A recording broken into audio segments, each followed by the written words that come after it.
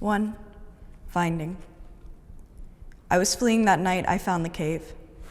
Thoughts of far-off places, no attention to the ground beneath.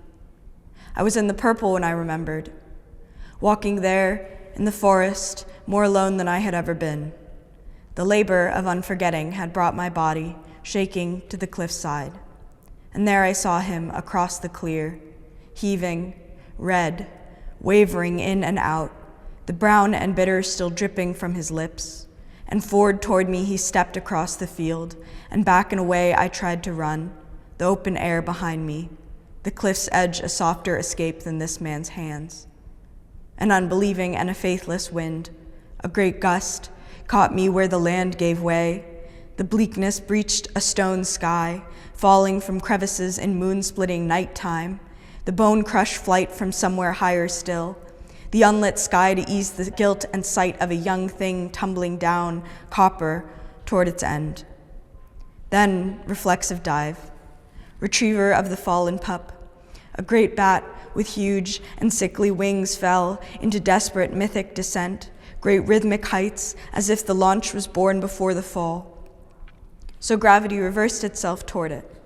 Guardian of the night roost who found me off that beaten path, that vigilant love of yours awake to another's neglect, that creature caught and brought me down to the threshold of a cave mouth's teeth, set me down amidst the darkness. I found my way, like the rain, through salted, stilted earth, where nothing seems to grow, that protects this secret hollow while the vulnerable curl into themselves. Will you remember the shape of me, earth? This safety, blinking refugee, what was once born in the body begins to cave in upon itself. This mineral memory, instant, ancient, trickling, breathing out from me, the stone cathedral that sleeps.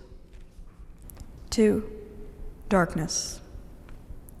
I had never tried to go through before, but I could not turn back, not while that man still stood above my head, scratching at the roof of my tomb, asking for more of me.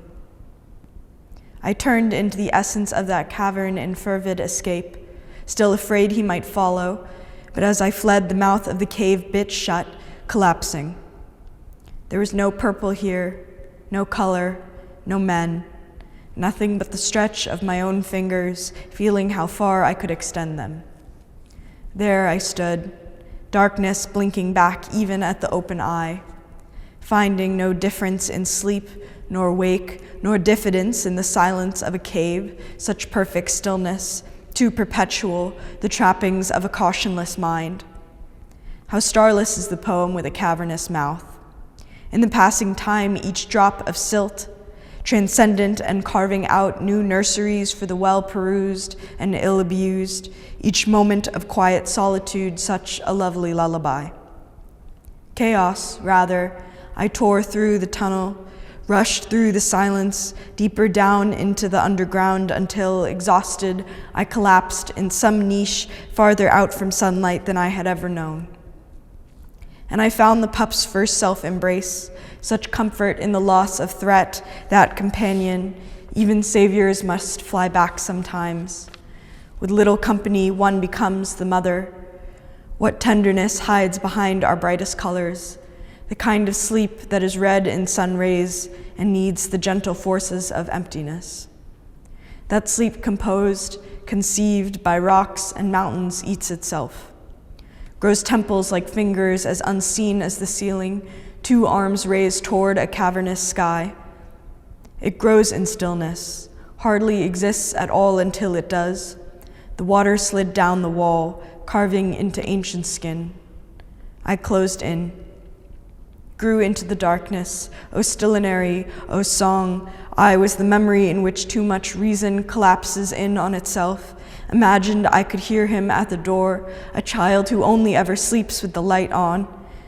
But as I held myself, the body ceased to exist at all. He faded away with the loss of it, leaving me breathless in the dark. 3. Columns. The body releasing itself, tiny acts of faith in each tear. Lying flat on stone, I contained molecules, calcite, cold breath, may my crying make monument. Stalagmite below, bow the eye as it pierces the other cheek, blinded to already unseen surroundings. The tower struck the sky like a stigmata, a softiment. The cliffs in my eyes after I had lied there, 1,000 times I heard them. Some watered-down prayer made me a garden of stone, an Eden of barren fruit growing through me. Speared through by lifting column, the ground meets a solid ether and the body stayed stock still. The endless breakthrough stays another century. I was held in the dark by this stone hand of God. Saw the silent orchestra rise and, windswept, break upon the rocky shores. I know everywhere when I can't see it. Black plight upon the sunken tresses of this underworld where water turns to sharp stones, great weapon of nature, great protector, this wondrous thing beneath me I could not capture. When heaven becomes earth, it collapses the wheel of time into the pinprick of this cave. Stalagmite meets stalactite. No one hears that sonorous echo when one meets itself in the middle. Only trust that time will find itself once more, wherever magnanimity be meant to begin again. Here, in the silence, in the dark, eventually, the drop will conquer time, become some testament to greater things, the wait and see, the column cracked and piercing through me. 4 small creatures. Listening for the footfalls and waiting for the echo, the quiet creatures rise, and all the evil far from me. Without that man, I was unafraid of all that crept, crawled, scuttled, and moved silently. I fell in love with creatures I could not hear breathe. When the skin begins to grow cold over the eyes and nothingness to wash away the sight, so beetle-backed make way through evolutionary memory. Forgive the crime of being small. There I remained, column through me, the co-formed presence of paired stalagmite, stalactite becoming monument, growing into the surroundings in obscurity, small breaths of air escaping the lungs of a spider above. Feed on me, crawl over, break the stillness slowly like one accustomed to frightened things. Ask nothing of the body but a battleground, a mating spot, a place to fill the poison. Hear them in the ears like playthings, the earth's mechanics beyond bloodlines. Nurse the foreign ground, what generosity asks for the body to become a commons, leveled to sustenance, the larvae grown from the dead, the ohm, the springtail. Each phosphorescent reminder of tumbling lifetimes will come alive after a long while, hidden in what remains unrealized. Deep underground, I lie still, finding fear of man is unfounded down here. Creature in the cracks of skulls, the click of quiet conversations beneath the skin remind me of all I cannot see, the troglobite, the pilgrim, etching the memory of its silhouette all over the body. 5 remnants. And the silent creatures ate away the skin the sun had touched, left a pile of bones, clean, dry, done with milk and earthly things, just the moments where the marrow once was and a column of stone. The elemental suffering welcomed home, then, the skin undone, I broke free, lifted above the body, twisting around the pillar that held me stagnant until I had the courage to breathe. The cage of the skeleton forgetting me. Released to deeper recesses of the cave, I wandered further down.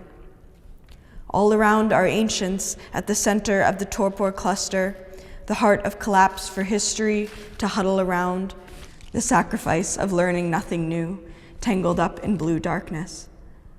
Fossils preserved, desiccation, accumulation, the sanctity of decomposition, tracing evolution through cave matter, an unmorbid happiness for dead things in the cavernous tomb awaken. There, dinosaurs still sing like birds. Reptiles open their wings to the fear of flying and litany of tough skin. There, all rock is meteoric and monumental, all suggestion of some unfounded past, not hot nor cold-blooded, only swallowing a star and laying down the mystery. What beauty there is in being empty. As I floated down, I wondered, the caves must still sometimes walk out about at night and breathe and creep without fear. Just the silence of me and my creatures, hollow and hollowed in the womb of the earth, the bodies of these ancient creatures and me, the sacrifices of history. 6. Petroglyph. What I thought was wide and empty was scattered with bones, with tiny songs, with life. My eyes adjusted to see through the dark, wandering step by step to find the sculptor, setting loose some soul trapped within the rock. How the pillar crumbles, column snaps, the cavern shakes as the earth settles itself into dynamic stagnation. Brushing through the air, that unbodied self of mine took my time. He was far from me now. I only sought to find the Parishal handprints, Paleolithic, inked beyond the light, the founding sisters, the terrifying courage of the cave painting, claiming this tomb, this void, curated, cultivated, home. Darkness marked safe for those who've fallen and those who'll follow. Once some creature, almost human, stole through here too, traced shadows and vague statues of human ignorance. We find a memory of ourselves where man and nature together forged this work of art below the surface. Forget the wheel, the shades, the fear of fire. Return, carved, the soft backs of Neanderthals, poetry written in the shape of air on a cold night, the rhythm of water. Constellate the human self there. Amidst the growing, the dead, the scuttling, things to bring back the voice of breathing verse, make home in what was not yet primitive. Is this not your truest self beneath the sown crops? Humanhood was only memory through which to pass, a trauma on the earth that still left something beautiful deep down below, despite the sullen destruction on the surface. My hands traced theirs, my feet walked spiraling down. No mark of nails, no fear of teeth, only art of echoes, cave painting, history. 7. In the lakes. Now my legs, bloody and bruised, beaten out the stone grown through. Now my body, stretching from that first fall, pockmarked with pebbles. Now my mind, memories of other times, yearning for what could have been. Wasn't I restless? Begin the moment through the labyrinthine, the humidity losing me, the quest for air leading me to the lakes, the farthest place to the center of the earth, the kind of cold to reshape the soul. It stretches miles out, watching right back at you. Dynamic stillness possessing that primordial patience to outlast catastrophe. That revolution, refusing to hurry toward extinction. Those eyeless fish and me, darkness and gravity forgotten underwater. Now, my mouth full of clarity, the unabashed, unashamed stillness, unfinished, forever young. Bones lifted from the world's weight alleviates mortality, with no steps to fill with unfulfilling contemplation. Here, eternal youth swims on for 1,000 years, toothless. It is everything but lovely. Here, where the tomb creeps growing quietly, I swam as deep as my mind would let me, forgetting most everything, contemplating the scintille, those tiny acts of faith leading me here, carving out the stone to make the stillness a sea of mystery and dissolution of the self into a single moving many. The silence pulsing in my ears when the pressure was affectionately suffocating. I forgot what I was running from. 8. Flittermice. I left the lakes waiting to be a mystery, reworked and ready, skin wet with rememories, blood rush and melancholy, coldest tongue, and there they hung, clung to the ceilings in families, black and blue clouds of silk and velvet fantasies, a forest of tucked wings. If hell hath angels, I hope they will be just as pretty. The bats do not dapple. They rush, their bodies against the others, folded into something greater than themselves, wrapping wings around each shivering neighbor in the dark, and understanding that your survival is whether your lover is already too weak to fly. In the far corner of the cave, I saw one mother, wings wide, 8 children hungrily suckling at her breast, wrapped all in wings. All 9 of them were upside down, so poised and clung at once, I wanted to crawl to her, to ask for help, to cry to her for childhood again. There was mother, big-eyed and waiting. Her children were done wailing, curled into one another like black crescent moons, and I eclipsed myself. turning shade into shade in that darkness and reflection of everything in her eyes. The echo of warmth breathing from that soft and well-worn belly. The world was labyrinthine around me, but within that wingspan hung my home. Reaching toward her, she stirred, tucked nose to chest in quiet contemplation, her eyes never leaving mine, her scrapped hands ever clutching her young. A shadow shifted farther in the dark, a call unheard but felt.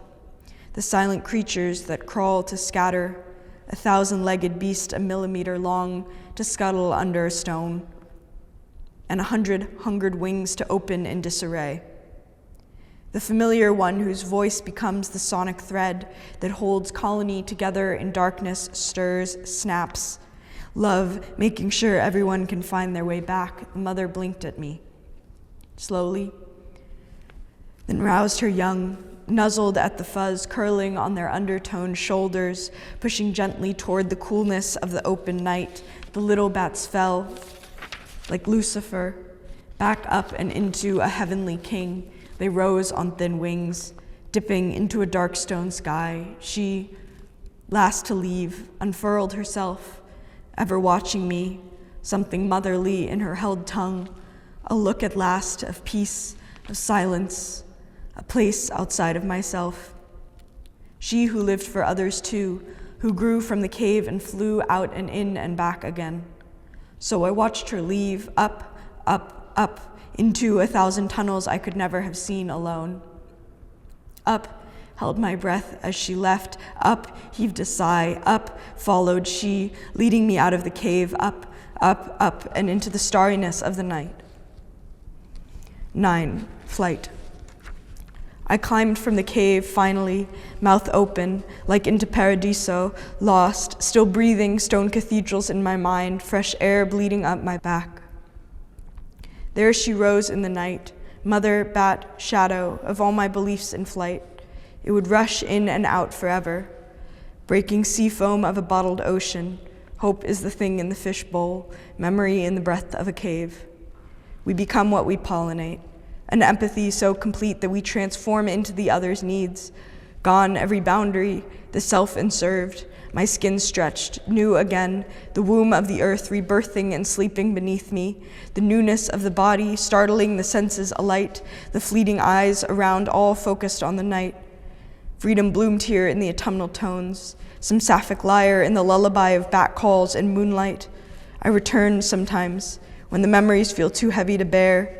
He has never dared to follow me there. I hibernate myself in cool seclusion, to see the nothingness of hands before my face in the black darkness, reminding me it is all the same whether or not I close my eyes.